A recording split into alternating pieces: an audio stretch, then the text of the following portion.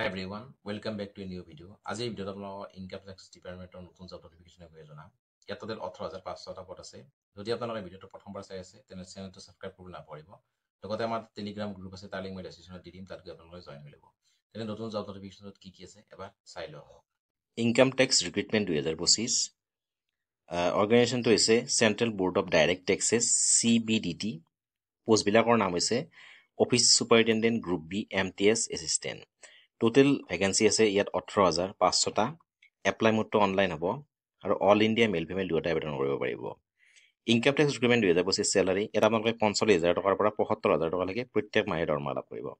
কিমান লাভ কৰিব? 45,000 টকাৰ পৰা 75,000 টকালৈকে প্ৰত্যেক মাহে আপোনালোকে ইয়াত দৰমহা লাভ কৰিব। Income tax office superintendent recruitment 2025 age limit ইয়াত মিনিমাম এজ হৈছে 18 বছৰ আৰু মেক্সিমাম 45 ইয়াৰ, অৰ্থাৎ 45 বছৰলৈকে আপোনালোকে আবেদন কৰিব পাৰিব। মিনিমাম এজ হৈছে 18 বছৰ আৰু মেক্সিমাম 45 ইয়াৰ্ছ, অৰ্থাৎ 45 বছৰ। Age relaxation is applicable as per rules. Education qualification candidate should have pass 10, 12 graduate in any discipline from recognize board or university or institute. অৰ্থাৎ আপুনি যদি 10মান শ্ৰেণী উত্তীৰ্ণ হৈছে, হায়াৰ ছেকেণ্ডেৰী পাছ কৰিছে অথবা গ্ৰেজুৱেশ্যন কমপ্লিট কৰিছে, তেনেহ'লে আপোনালোকে ইয়াত আবেদন কৰিব পাৰিব। চিলেকশ্যন প্ৰচেছটো ৰিটেন এক্সামিনেশ্যন হ'ব আৰু ইয়াত কোনো ধৰণৰ ইণ্টাৰভিউ নহয়। আৰু নেক্সট ডকুমেণ্ট ভেৰিফিকেশ্যন, তাৰপিছত আপোনাৰ ফাইনেল জইনিং হ'ব।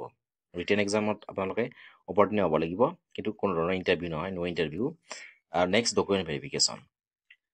ইম্পৰ্টেণ্ট ডকুমেণ্ট ইয়াত আপোনালোকৰ অনলাইন আবেদন কৰিবলৈ হ'লে আধাৰ কাৰ্ড লাগিব, 10 ক্লাছ চাৰ্টিফিকেট লাগিব, মাৰ্কশ্বিট, ৰেজিষ্টাৰ মোবাইল নম্বৰ লাগিব, ইমেইল ID লাগিব, পাছপৰ্ট চাইজ ফটো লাগিব, ছিগনেচাৰ লাগিব, কাষ্ট চাৰ্টিফিকেট।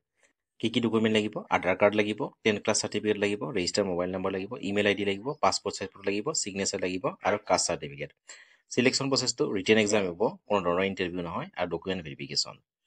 আৰু এডুকেশ্যন কোৱালিফিকেশ্যনটো 10, 12 গ্ৰেজুৱেট, অৰ্থাৎ আপোনালোকৰ যদি 10মান শ্ৰেণী উত্তীৰ্ণ হৈছে, হায়াৰ ছেকেণ্ডেৰী পাছ কৰিছে অথবা গ্ৰেজুৱেশ্যন কমপ্লিট কৰিছে, তেনেহ'লে আপোনালোকে ইয়াত আবেদন কৰিব পাৰিব। মিনিমাম এজ হৈছে 18 বছৰ আৰু মেক্সিমাম 45 বছৰলৈকে আপোনালোকে ইয়াত আবেদন কৰিব পাৰিব।